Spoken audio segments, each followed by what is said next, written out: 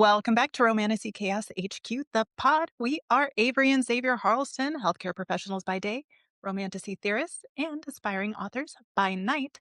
Today we are covering the epigraph from Fourth Wing, chapter 32. This is your warning. There will be spoilers for the entire Empyrean series. If you have not read all 3 books, it may be time to turn back. We are not rated E for everyone. Xavier has a degree in cussing, is not afraid to use it. And we do discuss any and all adult topics covered in these books. We like a challenge, so we tackle each epigraph without prepping, placing it into the context of the whole series, not just the chapter or book it's tied to. But you don't have to take it cold.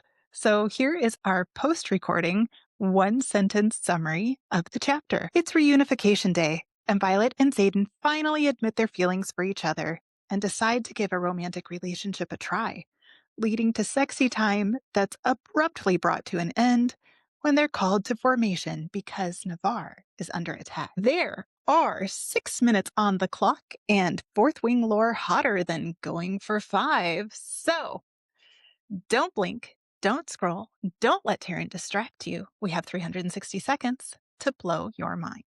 And go.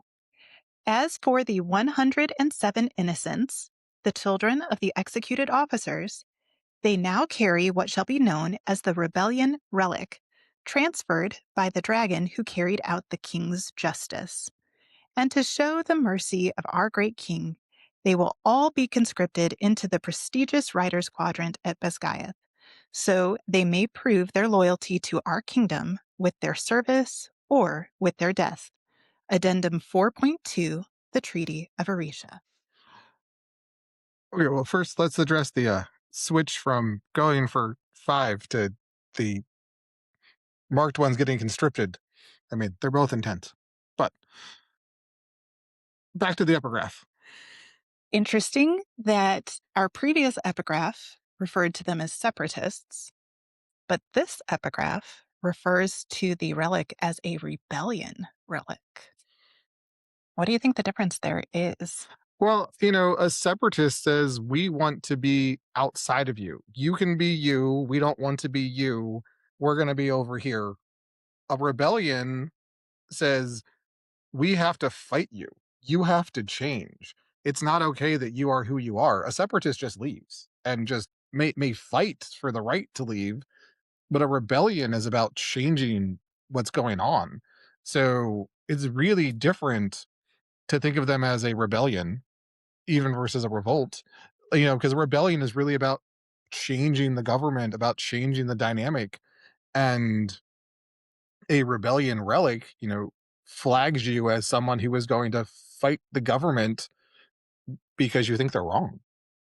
Well, and it's interesting because this is in the treaty. So this is the document that had to be agreed upon and signed by representatives of Navarre and the rebellion, the revolution, whatever you want to call the separatists, whatever. So in signing this and agreeing to this treaty, and who on earth agreed on behalf of Arisha? Because at the point that this was addended, the um, rebellion leaders, officers had already been executed. So who's even signing this? Was this even something that was agreed to in the original treaty? But it's interesting because there is a acceptance of the word rebellion to describe their own activity on behalf of the people who were part of this rebellion, revolution, whatever. Whereas the previous epigraph talked about King Tari's proclamation. So it had no input from, it was just him and his interest as representing Navarre had no input from Tyrandor, Orisha, the separatists, whatever. But in the document that is supposedly being agreed upon by these people, they are referencing themselves. They are using, now, again, this happened after the execution of the leaders. So I don't know if this language is present before Addendum 4.2. But assuming it is, assuming the language stays consistent throughout, they are choosing the title rebellion to identify with. Or we are having, a circumstance like that happened in the US during the Civil War, where the Confederacy thought of themselves as separatists. They just wanted their own government. They just wanted to be able to leave. And the North labeled them rebels, Mhm. right? And by the time it was done, they were more rebels than separatist, but it started off with them wanting to secede, to Mhm. leave the Union. Mhm. So, and we have, historical references for this move from view of separatist to rebel, but we don't have any of that in the actual text, um, from any of the books that really shows that Fenn was leading a desire to leave. Everything we know is that he called them cowards, right? Like he's like his last words are like, "You're a coward. You're all cowards because you're not fighting the venom. You're not fighting for the innocent." That doesn't strike me as someone that's trying to leave. That strikes me as someone who's trying to get his Reform. government to change Yeah. and has, you know, been forced into or chosen to do it by force and to actually fight and rebel, and is much more French Revolution than US Confederate secession.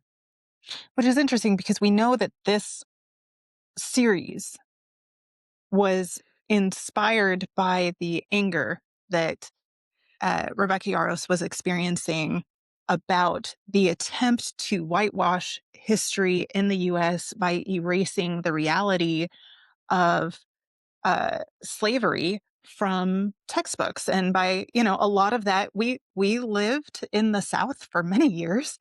And, the framing of the Civil War, we're both from the North, but there was a framing in the education of our children of the Civil War as being not about slavery. There, there's a Never about slavery. It's there's a not anything to do there's about a slavery, when actually 100% it was about slavery, the economic impact of slavery, and the ability to get and stay rich off the labor of others.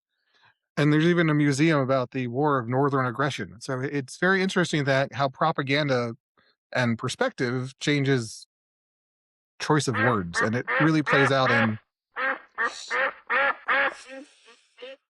Mm. And that is our time. Did we blow your minds? Let us know in the comments, and don't forget to check out more theories on our Instagram page, X Harleston, AXHARLESTON. And remember, we love you. Stay out of the clouds, off the ice, and come back to us. We'll see you next time. See you next time. Remember, lore lovers, fantasy fanatics, and good girls, like, rate, review, subscribe, and share.